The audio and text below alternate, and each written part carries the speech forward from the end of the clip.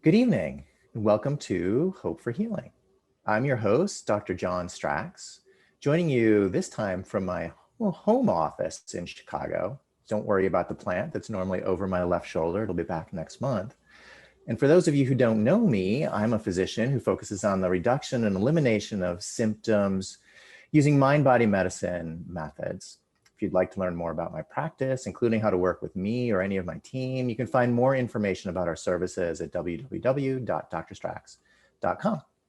This Hope for Healing videocast series is one of many joint efforts between me and the folks at Curable. For those who are not yet Curable users, Curable is an amazing app that offers science-based techniques for chronic pain recovery. We've been working together since their inception about 6 years ago. We created this video series to further help you understand the connection between what's happening in your life and what's happening in your body. Today, my guest is Michael Murray. I first met Mike about 3 years ago after he'd experienced an unrelenting cycle of pain over the course of about a decade. In the later of those years, he had started to develop a number of physical injuries, seemingly with no explanation. After going through hip replacement surgery, Mike began to understand the connection between mind and body, and that's when his true healing began. He's agreed to join me here this evening and talk more about this and what he's learned in that time since then. Mike, thanks so much for being here and welcome to Hope for Healing. Great. Thanks for having me. You are welcome. So glad you're here and excited to spend some time talking with you.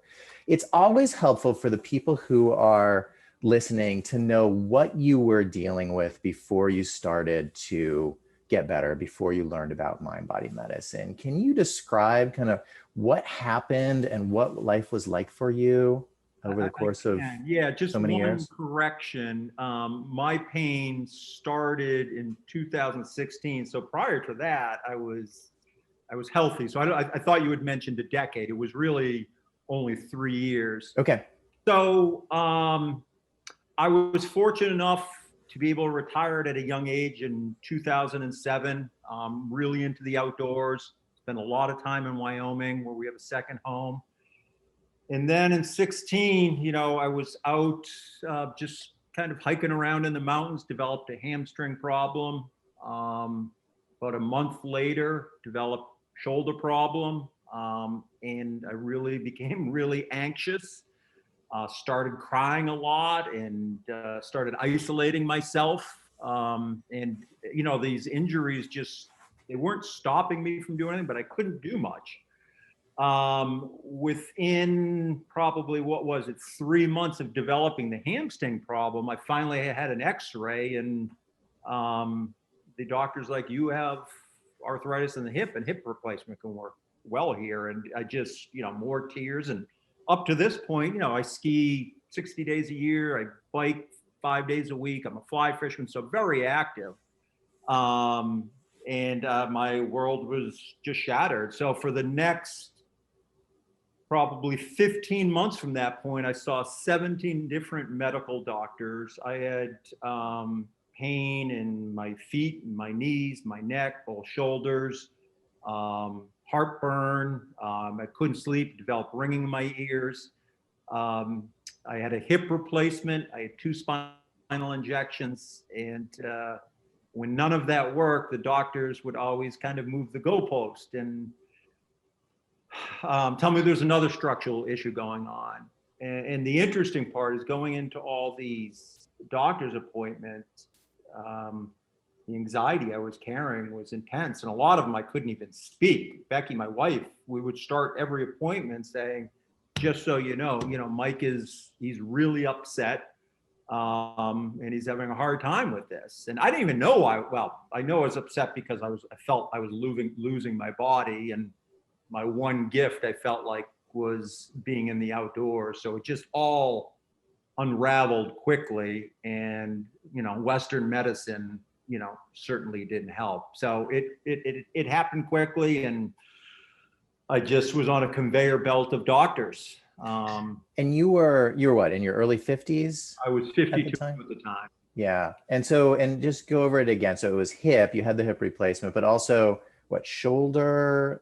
So I ended up I had shoulder surgery 7 years before that incident, but looking back with the new lenses I have, an awareness of the mind-body connection, I am absolutely certain those surgeries were not needed, because those popped out of the blue. And part of the whole journey for me is discovering this anxiety and these insecurities I've held my whole life, and that were buried beneath a veneer of success and confidence.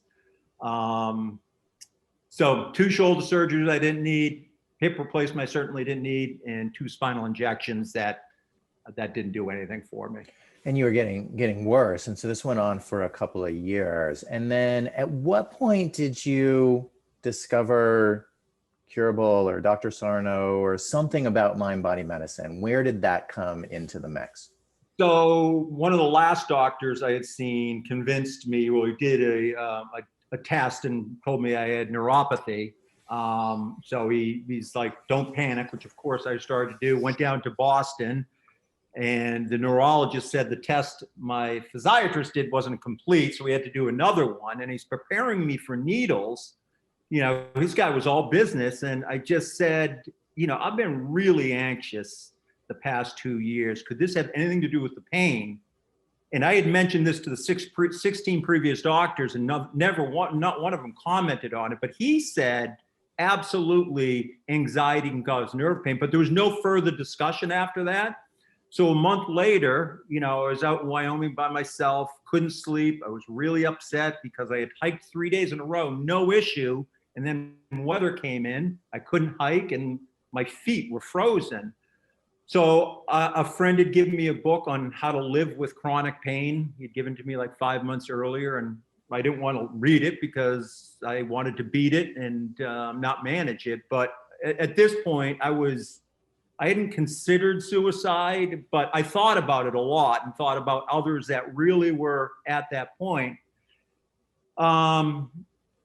So I'm like, I've got 3 kids, a wife. I need to figure out how to live with this. So I picked it up, and as soon as I picked it up, I start reading it, talking about Western medicine, how they've missed the boat and they view the body as a complex machine. And I closed the book really quickly just to read the title again. And in smaller print, which I hadn't seen, was The Mind-Body Condition. It was a book by John Sarno. And I got up, made a pot of coffee. I read the whole book in one sitting. And I remember texting my wife at 3 a.m. and said, I think I've finally figured out what's wrong with me.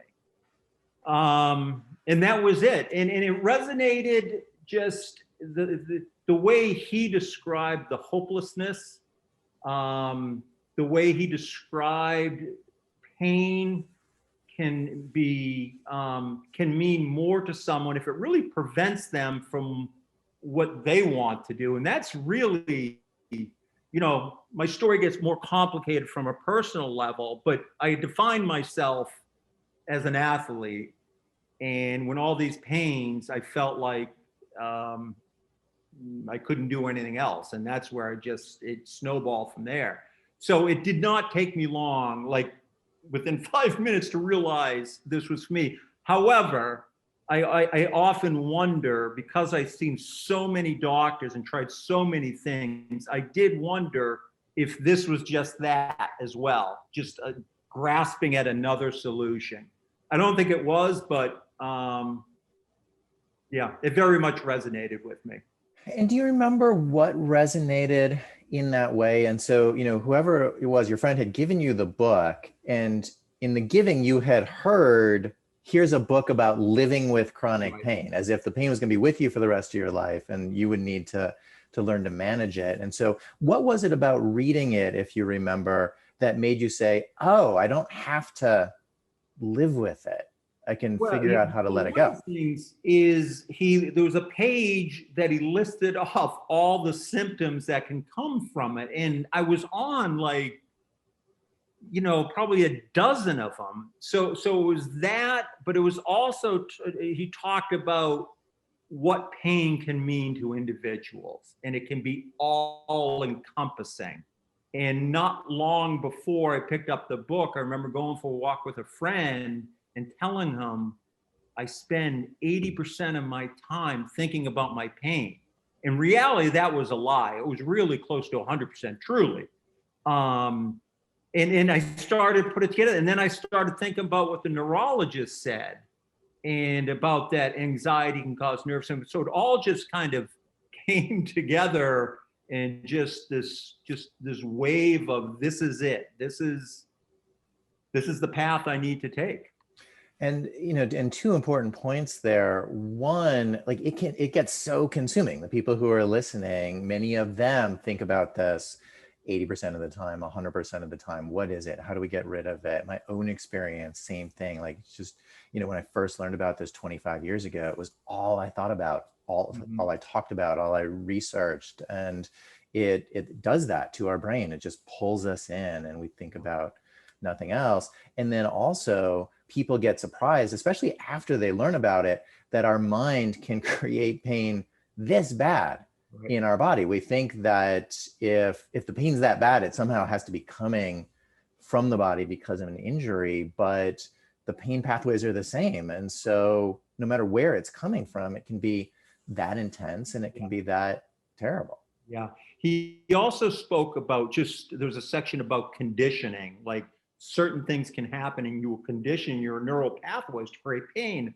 And I didn't recognize it for a lot of time, but when I was in Wyoming, I could be like really active and the pain would kind of disappear. And I'd come home, land in Boston, and within, you know, it's like clockwork. On the drive back, we live an hour from Boston, the anxiety would come back and some pain somewhere would return. So it did take me some time to actually see that trend. But without question, it was there. And so then you picked up the book, you read about it, you said, okay, I think this makes sense. And so what happened from there then? You had been involved in the conventional medical world for a couple of years with injections, procedures, and everything else. And so when you were ready to make that switch, walk us through what happened. Yeah. So, well, when I made that switch, I did think I was healed, but it doesn't work that way. I was just committed to it. You know, he has in Sarno's book what he calls the daily reminders. So I would take it's all psychological. You're not broken. There's a whole series of things. And I literally, and this is part of also my obsessive behavior, I took a picture with my iPhone and every day I would just read them. So I can't say for the next 2 months I saw any improvement. I was more optimistic. And then I picked up a book called Explain Pain. And that was because Sarno, what I've since learned, while a true visionary, he was off the mark on a few things like the oxygen deprivation, and which I didn't understand, but reading Explain the Pain really filled it in for me. And just one short story, after I read those 2 books, I was in Wyoming and decided to go for a mountain bike ride. I was diagnosed with degenerative disc disease and spinal stenosis, and I was told to stay away from any pounding. And I'm like, forget that. And I went for a big mountain bike ride. I'm coming down, and I ended up hitting a rock and tapping my front brake at the wrong time. And I went right over the handlebars, really scared, crashed hard, got up, made sure my new hip was fine, my neck was fine. Probably a half hour goes by, and I finally relaxed, and it was time to move on. I grabbed my bike, and I look on my bike, and there was red all over, and I quickly realized it was blood. Looked at my legs were fine, and I looked at my arms, and they were all cut up. And as soon as I saw that they were cut up, guess what happened? All of a sudden, the pain. So it was my first experience on how the mind controls the pain both ways. You can send pain if there is no tissue damage, or it can repress the pain. So that was a really powerful experience for me, and it validated kind of everything I was doing. But when I came home to New Hampshire that summer, the pain was still there, and that's when I decided to reach out to you. And I met you that August, so it was probably 2 months went by, between 2 or 3 months went by, and I started my journey with you. Yeah, it's so interesting, the idea how the pain shifts when we get the context for it. And so how it, really got bad when you realize you were bleeding. The story that I tell fairly regularly, my friend Peter Henry, who was the dean at NYU Business School for a number of years, he and I were playing basketball when we were kids. And you've probably played some basketball over the years. You know that if it hits your finger in the wrong way, you can hear that pop. Right. And so we were playing, somebody threw Peter a pass, we heard the pop. So everybody looked over at him and he was shaking his hand. He's like, ooh. And he looks down, like we all followed his eyes, and his little pinky had gone out sideways because he had dislocated it. But it wasn't until he saw it that he really started screaming. And so like once we, and Lorimer Moseley describes this really well in Explain Pain, once we kind of see what the ramifications are, then is when the pain sets in. And so our mind and our knowledge have so much to do with this overall experience. It's no doubt. It's amazing. Yeah.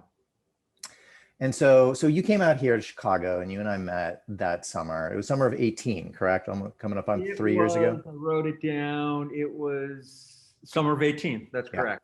Yeah. And so you'd been working on this for a little bit. And so continue to walk us through what you learned from talking to me and what happened as you started to move forward, and what was the next stage for you? So being a big part for me was allowing myself to open up and express myself, which I really didn't do much when I was younger, even as an adult. So that was a big part. So, you were the most compassionate person I've ever met. You responded to my emails of panic, and we had a number of phone calls where, at the time the pain was brutal, but now I know it was really the emotional pain that was really scary for me. So your calls are incredible. The mind-body class, after and during the class, I would be pain-free. And it was just, for me, being able to express myself and share with other people and hear what they were doing. But again, it's still, nothing was really changing for the pain. I was having more confidence. I could still be active, but when I wasn't active, the pain was there. And so it was hard to really appreciate the fact that I could go out for a 40-mile bike ride, because when I get back, I would forget about that. And all I know is my feet really hurt. And then we had a discussion about psychotherapy after I probably was engaged with you for 3 or 4 months, and through a mutual contact, you kind of suggested I work with a therapist. Mm-hmm.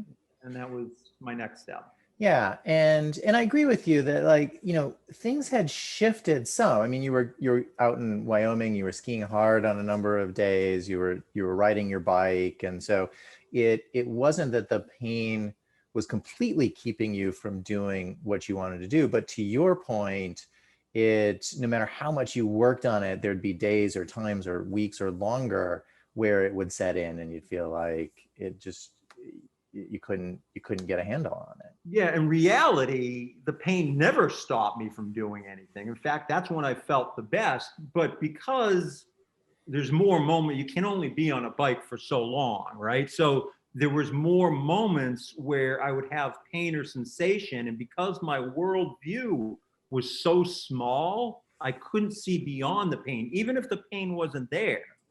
Plus, there was the whole emotional aspect that I was just scared. I was scared, and it was embedded in me. And yeah.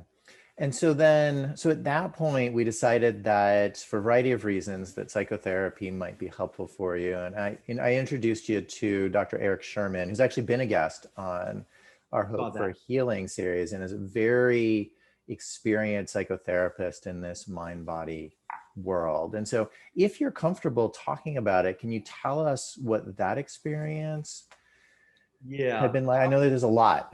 There is a lot. And it was, when you suggested, there was no hesitation on my part, but there was, it was scary. I didn't know what psychotherapy was, to be honest with you. It turns out it's just a conversation. Well, it's more than that, but I didn't know I was scared, but I was committed to it. You know, Eric was awesome. I kind of describe you as my two mentors are complete opposite. Dr. Stracks, Midwestern friendly. Eric, the true New Yorker, loud and to the point. You know, he helped me, one, recognize the insecurities I had been carrying my whole life, and which then allowed me to see how they have been moving me around and how I chose to define myself by those insecurities. He helped me realize the importance of communicating. I had many times with him where I would have a spike in pain over an argument or something triggered me. And after that conversation, there was just this release in pain. And he helped me. I struggled as a student. And it turns out I have very low self-esteem from that standpoint. And he helped me kind of frame what anxiety can do to a kid. I was diagnosed with dyslexia, and my parents never took the time to tell me what that meant. So I drew my own conclusions. And so he was really helpful to kind of identify those things and put it in perspective on what I went through as a child. And very benign stuff. You know, there's no violence in my home or anything like that. And then he helped me, which is where healing truly began. He helped me see my triggers. Something that you had kept on asking me about is pay attention for spike in pain. And for me, I was always in pain. Whether I was or wasn't, I was always in pain. So I rationalized as I'm always in pain, therefore there is no spike.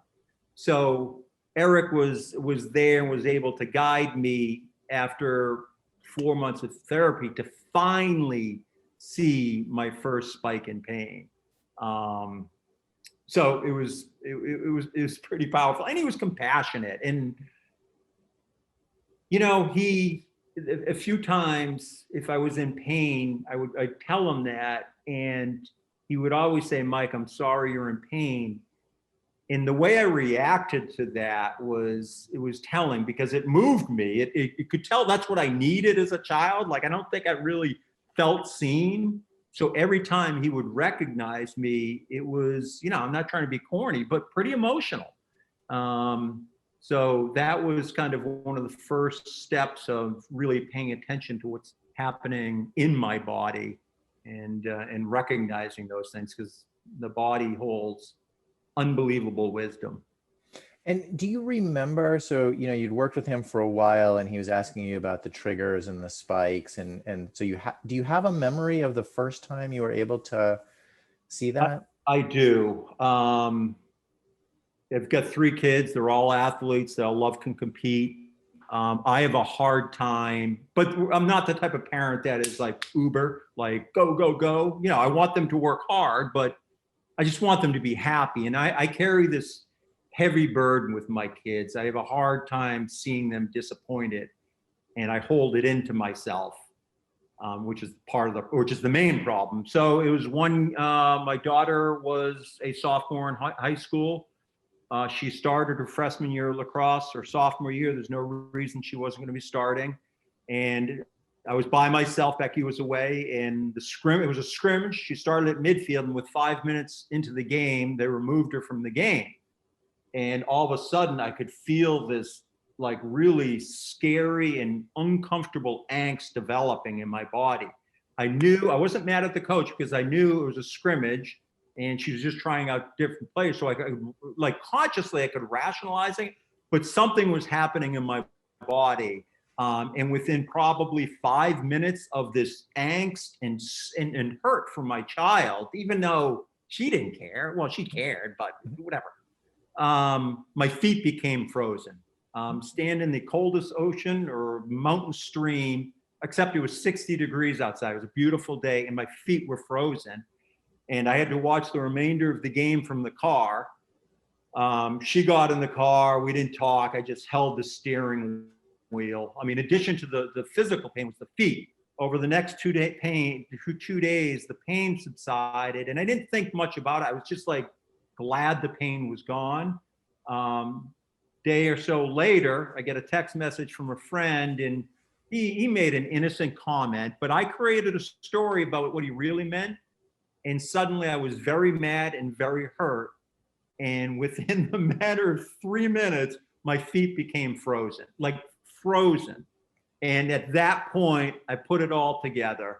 And we had my next call with Eric, and we do it FaceTime. And I shared with him, I just shared with you, and he cracked a smile. And it's just like, not bad for a dumb kid, referencing this kind of false belief I had created about myself through, even though I was very successful in business and all those things, I really had a little bit of an imposter syndrome. But that was the first time I recognized the triggers.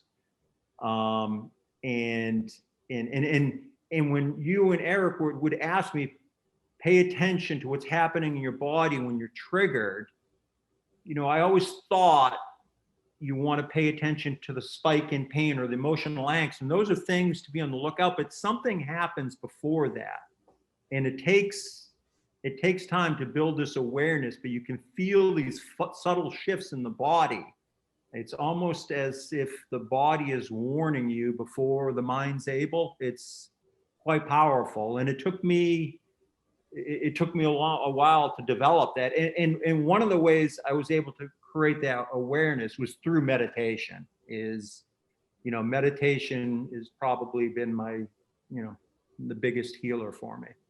And, so a couple of important points in there. So one, the meditation is so helpful for people. People can learn that. I mean, people learn it all different ways. Curable app has a number of meditations, but what we know is that meditation just by itself is unlikely to cure somebody's physical symptoms. And so it's like this necessary but not sufficient quality that helps people move forward. And so what you're saying is that the meditation puts you in a place where you could start to observe what was going on. You get a little bit of a space. I think, one of the first things you told me is try to get my nervous system relaxed. And that went right over my head. I had no idea what you're talking about. None. I just nodded. What meditation did is just that. It calmed my nervous system, which dropped the pain, which allowed me to see the triggers. And for my opinion, and everyone's journey is different, it's all about the triggers. It's all about the triggers and then following the money line, because that will tell you, or at least it has for me, what my issues were. Yeah. And so you get this physical reaction that's short of pain, but different than where you were.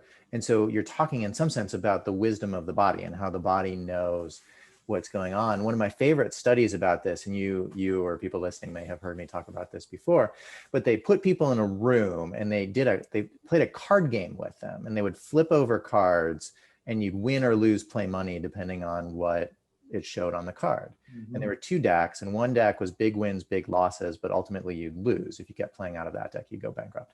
The other deck was little wins, little losses, but ultimately you'd keep winning and you'd gain more play money doing that. And so they'd ask people like, which deck are you going to play out of? And I don't know. And about halfway through, it's like 50 flips of the cards. People would say like, I think I should do this one. Like, I don't know why, but I think I want to keep playing out of this one. And then they'd go through all 100, like through both decks. They'd say, oh, I see. This deck, I'll keep winning money. If I use this deck, I'll go bankrupt. But they also had them hooked up to sensors and blood pressure monitors and heart rate and sweat monitors. And how many flips, like it took 100 flips for them to articulate, how many flips before their body knew which deck to play out of, do you think? I would have no idea. It was like 10. It was like 10% of the time for their body start to get anxious when they'd go over to this deck. Over here, their heart rate would go up, they'd start sweating a little bit. And so we oftentimes discount what our body says because it's not necessarily speaking in English, but if you can get to the point where you can tap into it, there's so much information that comes out of it. I couldn't agree more. And, it took me some time For me, sensations were fear. I think my nervous system would become so scared of anything, someone saying something or a sensation in my body, and it would literally lock up. So what meditation has allowed me to do is, focus on my breathing, but just try to pay attention to sensations in the body, and understanding that a sensation will come and will go. I mean, I've had pain. It was probably a year and a half ago. I was doing some weeding and felt just a slight twinge because I reached for something, and I could feel myself panic. And then seconds later, I felt like my whole back just lock up. And but through the healing, that panic and fear response doesn't happen like that anymore. And so, I like what you're saying in terms of, there these stages and these steps that you took. You read Dr. Sarno's book, you looked into it, you reached out to me, you talked with me, you took my class, you took the step to meet with Eric. And so none of those steps on its own is what made you better, but each step built on the one before. Yeah. And it probably took a year and a half for me to truly believe I was healing. I felt like the whole thing was put together by a piece of thread, and I was improving, but it was just hard to see at times. It was hard to see and trust. But just I believed in it so much, and reading for me was another thing. I mean, it started with TMS, and then it went to spiritual readings and Buddhism, and not Buddhism from a religion, just kind of a common sense, practical way. And the two words that stick out in my mind are impermanence. Like everything changes. You might have pain, but it's going to change. You might be happy. And that has been an important lesson, because if I do get triggered, I now know it's impermanent. It's going to come and go. And then the whole clinging and grasping. I mean, I want things, as I said, we have a place in Wyoming. I love skiing powder. I'm addicted to skiing powder, and I want my kids to experience it. And when they come out, if they don't get it, I know how silly this sounds, I would be in terrible emotional and physical pain. And I was clinging, I was grasping to wanting it to be perfect. But unfortunately, this world doesn't care what we want. And I found that I was resisting anything that didn't fit my box. And that only contributed to the suffering. Right. And so you had this recognition and breakthrough when you first started to discover that there were changes in your body in reaction to things that were going on in your life. That, you said, I think, was about 4 or 5 months after you first started working with Eric. So how did you build on that then? What were some of the next steps? So the meditation was huge. I kind of ramped that up. I meditate every morning for 20 to 40 minutes. So I really started to, hone that practice. I started recognizing the importance of communicating, particularly with my wife. There was an incident, kind of probably, I think, the summer of 2019. It was a long Labor Day weekend, and I didn't make plans because I wasn't sure how I was going to feel. And then I started to feel really guilty for my wife. And then all of a sudden I developed this groin pain. And it took me a little bit, but to recognize the pain came from not just the guilt of not making plans, it came from the fact that I didn't share it with anyone. And I finally spoke to Becky. I said, I know this sounds crazy, but I was fearful I was going to need another hip replacement. And I expressed, I think this groin pain is the fact I felt really bad. And within a day, the pain just went away. So I really started to trying to communicate better with her. which has obviously brought us, to a different, relationship, which is kind of an amazing thing.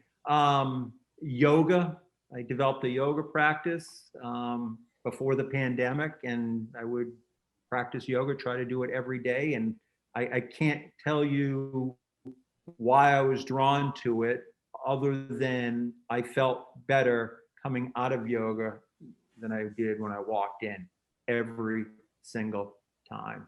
And yoga's, I was never, yoga never considered it. That and meditation were like, I could be quite the cynic with those things. And those two practices are really, truly where the healing for me came from. And when you meditate, so you said 20 to 40 minutes, what's been some meditation strategies that you found are helpful for you? I think a lot of people who are listening, some people are very experienced meditators, some people literally just will have learned about this yesterday. And so what kind of strategies and techniques did you draw on to get to the point where you could do that on a regular basis? Yeah, so I remember early on you suggested I meditate, and I was like, why would thinking about nothing heal my pain? That literally is what I thought. And then I started to see, and all the reading I was doing was popping up everywhere. So the first time I tried to meditate, I was still really anxious. I laid down, closed my eyes, and within probably 2 minutes, I became scared of the dark. I was fearful, and I sat up. I couldn't believe what was happening. Wiped the sweat off, thought of you, and then I laid back down, tried to do it again. And as soon as my eyes closed, I became fearful. And what I've come to understand is that, the natural human state is calm and comfortable. But if you carry a great deal of anxiety, the mind doesn't like that, and it freaks out, which is why meditation is so beautiful. So I gave it up for a couple of months because I didn't know what hit me. And then I started going, I would go to YouTube and just pick one that resonated with me, a guided meditation. I started with at first, started with 5 minutes and worked my way up to a half hour. But I ultimately have gone to silent meditation because it truly, one can almost say that a guided meditation is a distraction. So for me, and I started with guided, but for me, silent meditation, I try to just watch my breath, deep belly breathing, because that really does calm the nervous system down, and that is proven. And then I just listen for sounds, just watch observations in my skin, thoughts. If a thought comes into my mind, I just kind of let it drift and it dissolves. I don't know, it was probably 2 months after I started meditating, I had to drive from Wyoming to Denver to bring my daughter's car back to school for her.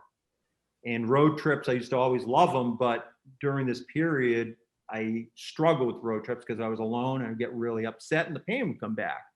On this road trip, all of a sudden, before I was into it, I was really calm. And I had no music, I was just calm. And then it hit me, it was my meditation practice. And it was like the first time I noticed meditation, like kind of really starting to spread its tentacles. And then I started thinking, worrying about why aren't I home with my wife, or why didn't a friend join me? And then those thoughts dissolved too. And it was the first time I realized that kind of thoughts are just thoughts. They're not really real. You're just making them up. Yeah. Thoughts are just thoughts. And it's one of the lessons that we really try to emphasize with people, because until you know that, you have no idea. You think that thoughts are truth. Sure. And I think most people grow up and have the voice going on in their head and just assume that whatever it says is true. And I think what we're finding is that the thoughts are where some of the fear comes from. You talked about the fear of the sensations, but also when people are in their head saying things to themselves like, the pain's never going to get better. It's going to be like this for the rest of my life. I'm going to need a hip replacement, another shoulder surgery. That our thoughts can actually literally change the way our body is reacting, can create the fear. We're also starting to learn that those thoughts can create changes in the immune system. as They're well. biological changes that are happening in the body. I mean, it's Yeah. essentially fearful thoughts over a long period of time, at least from my opinion, are really changing things that happen. That's why, and I don't mean to interrupt, but like I had an anger problem. I would have an anger, not a yeller and screamer. My anger was shutting down, but it was like I was injected with a drug. Like I never understood it. If something would set me off, I could literally shut my wife out for minutes, hours, and days sometime.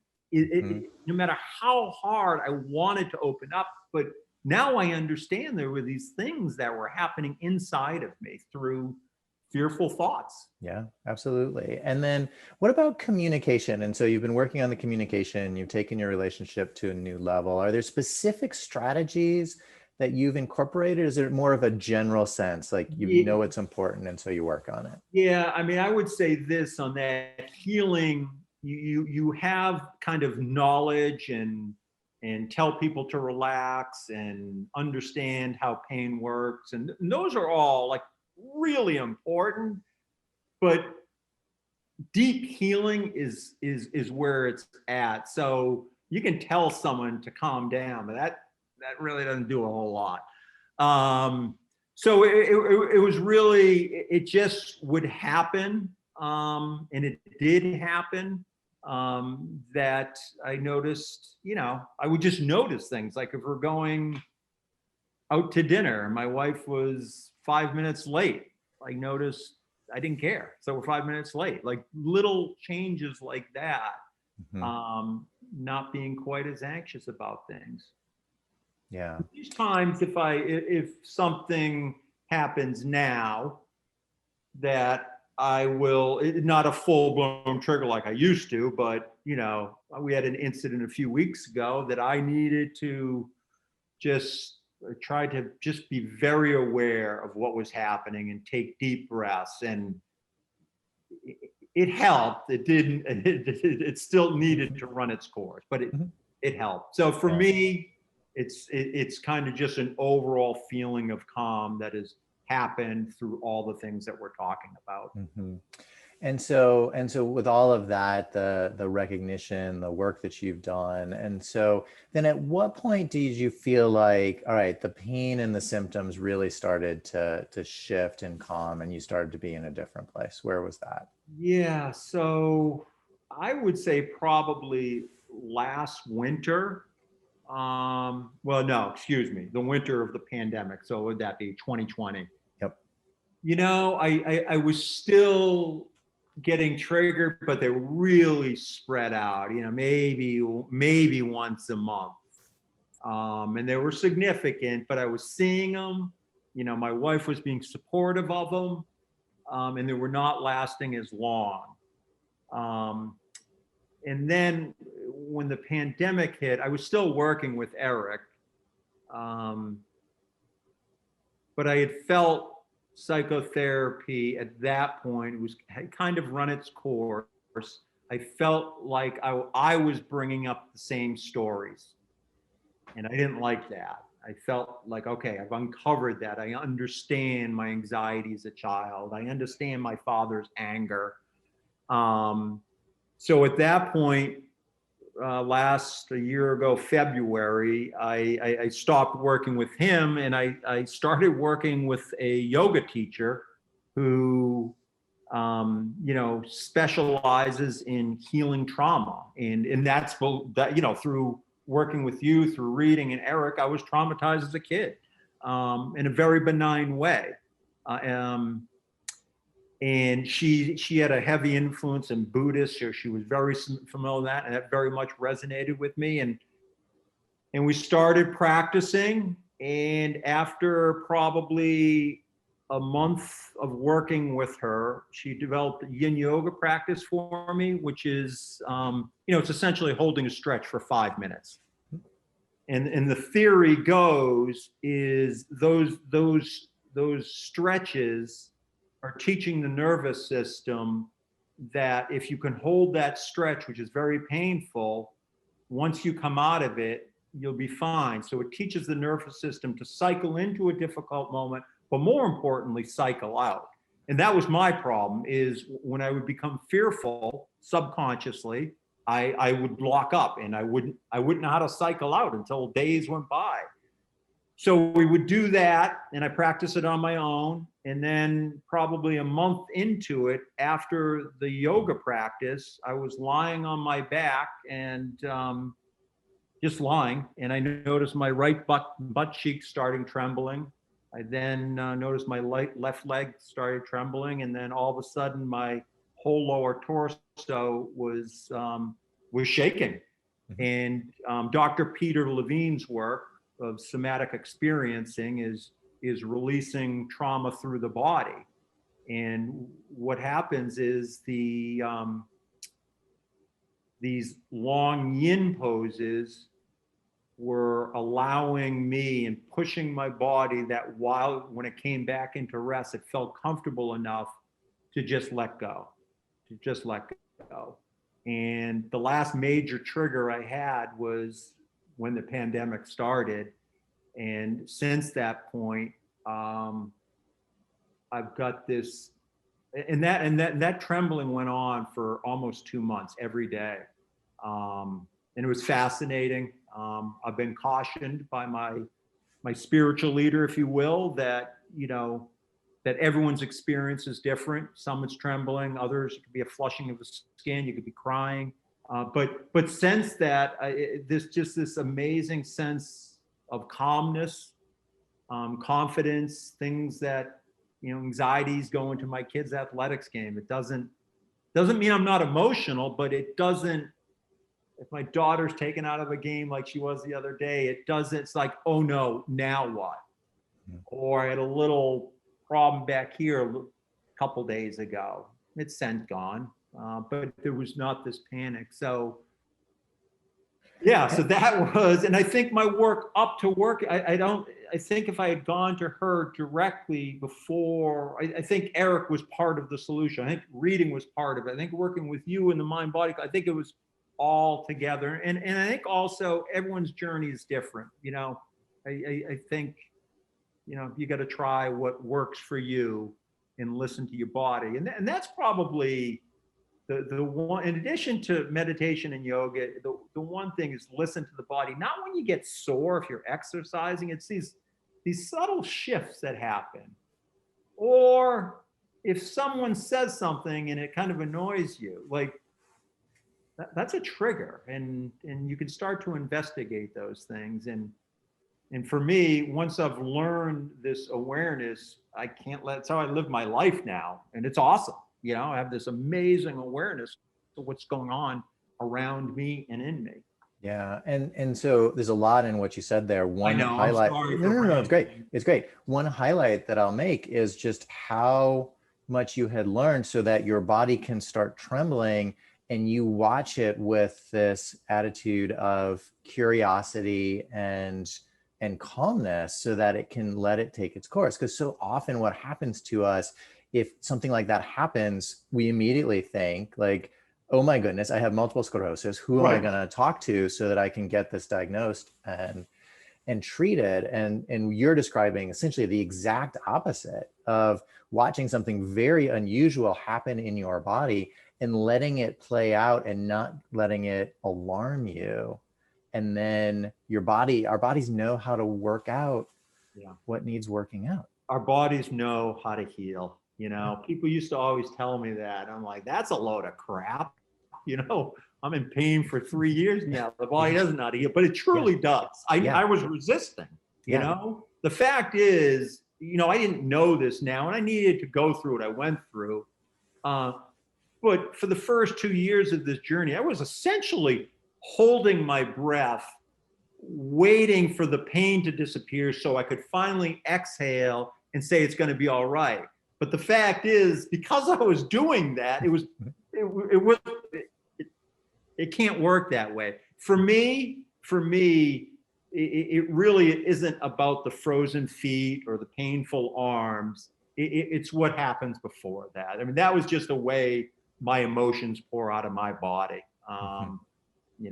It's that, I think what you said, it's that in-between space where like subtly things start to shift And when you can notice that, then you can figure out how you want to react. When the significant pain comes, your feet are frozen, it's sort of, things have moved forward and you've missed the cues that you That's get right. now. That's right. When you react. I don't know if I could have done anything quicker. My sense is probably not. So my only advice is just stay the course and trust the process, because I still don't believe what I went through. And there's thousands of people like me. It's truly amazing that emotions, well, it's not amazing actually, but how emotions can impact our body. And it shouldn't be that surprising. I mean, think about when a young boy blushes when he sees a pretty girl, something like that, or you get an upset stomach before a big public speaking event. I mean, the mind has manifestations in the body. Yeah. Absolutely. We've always known this. Humans have always known it, but the medical system kind of has learned to dismiss that in people. And so you said very early on that the system sort of sees our bodies as machines and you just tinker in the right way. And your story is the opposite of that, of learning how to connect with your mind and your heart and your spirit and all of that. That's what ultimately made you better. You also said that everybody's journey is different, which is something that I've learned over the years. The other part of it is that you couldn't have predicted how the journey would unfold when you started it. And so, I tried. yes, exactly. Yes. But at each step, you learned what you needed to learn. And in the process of doing that, it unlocked another step for you. It did. And I would also say this, that signs of healing typically were not recognized in the moment. It was kind of recognized a day later, like, that happened. Or, I noticed one day, like, our guards looked really rich in bloom. I'm like, Becky, what do we do? She's like, this is how they look every year. It's like, really? This is sweet. It's funny sort of how we sort of open our mind to that. I have memory. I played golf in college and went to college in New England. And every year the colors would start to change the day after the golf season ended. Like I wouldn't notice that the golf season would end. I'd be like, whoa, like it is fantastic. I'm so glad I'm in New England. Right. And it took me a number of years to recognize that like it didn't actually change the day the golf season ended. It's just my focus opened up and I could see it. Yeah. So your story is amazing. It's an amazing journey. And these days, my sense is there's very little physical pain, certainly, and not really any fear of the pain. It's not that you don't get symptoms anymore, correct? That is correct. I don't get pain. I do at times get sensations, and that would be from a triggered event. But they are super subtle, and they could be just maybe some warmth in my arm, or my feet might get a little cold. But I now know what to do. I need to communicate. I need to practice yoga, and I need to be aware what's happening in my emotional world so I can understand this. I mean, part of, and I had mentioned to you through this journey, I hope you don't mind me mentioning this, that actually when I started going to psychotherapy, after I met Eric the first time, I was reading a book called The Surrender Experiment by Michael Singer. I don't know if you're familiar with that book, but he talked about just surrendering wherever the life takes you, whatever your purpose is, and don't fight it. And at that moment, I became committed to writing a book and wanting to share with the world what I've been through. And I am going to get it published here. I picked up a publisher, so it'll be coming out in December sometime. And it's a memoir, but it's also a self-help.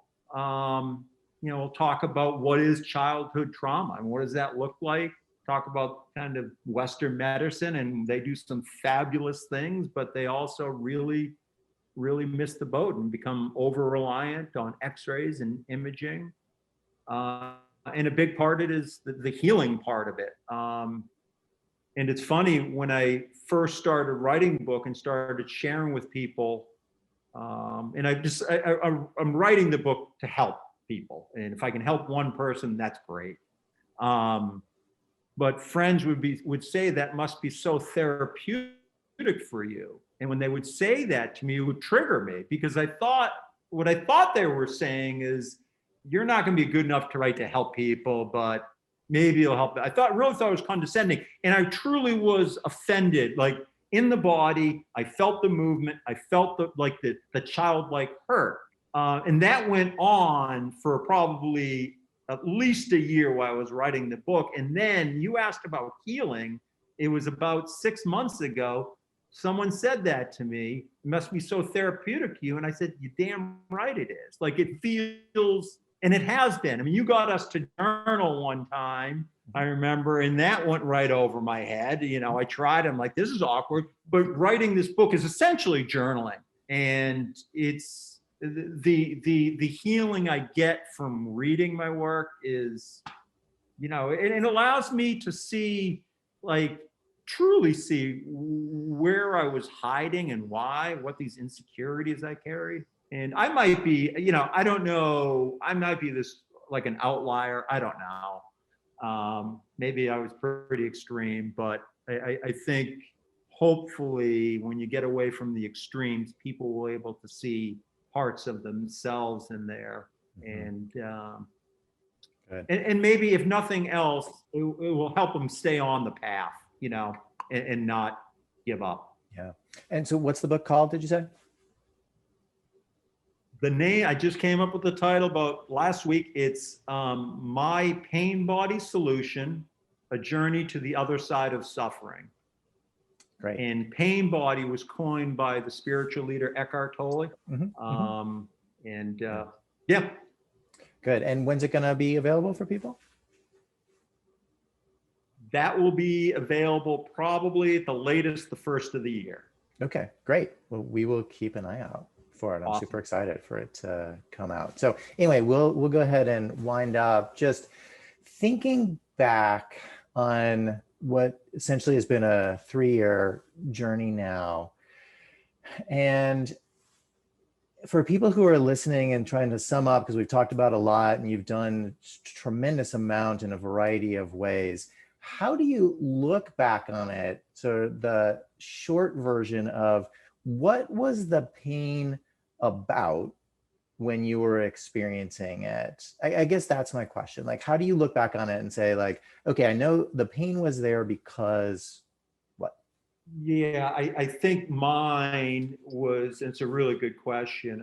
I think for me, it was two issues. I had a very low self-esteem and felt I was not smart. I felt that's what everyone thought of me. And those were really carried with me from a very, very, very young age.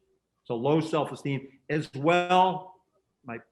I was from a big family and I was one of the youngest kids. And I think there was some abandonment issues. And I learned that not from so much recalling the story of growing up, because I had a fine childhood, I really did. But as you listen to your body, when you start to see, when you get triggered, you're like, just because a friend doesn't return a text message, that's like that's an abandonment issue. So those are kind of the drivers, and it then kind of spilled out from there. I'm not sure if that answers your question. Well, it does. And then I think what happens in the body is that we get triggered because of these experiences that we've had. Something, you know, you think somebody says something about your intelligence or your example, you know, you text somebody and they don't get back to you. And then the brain starts to get scared.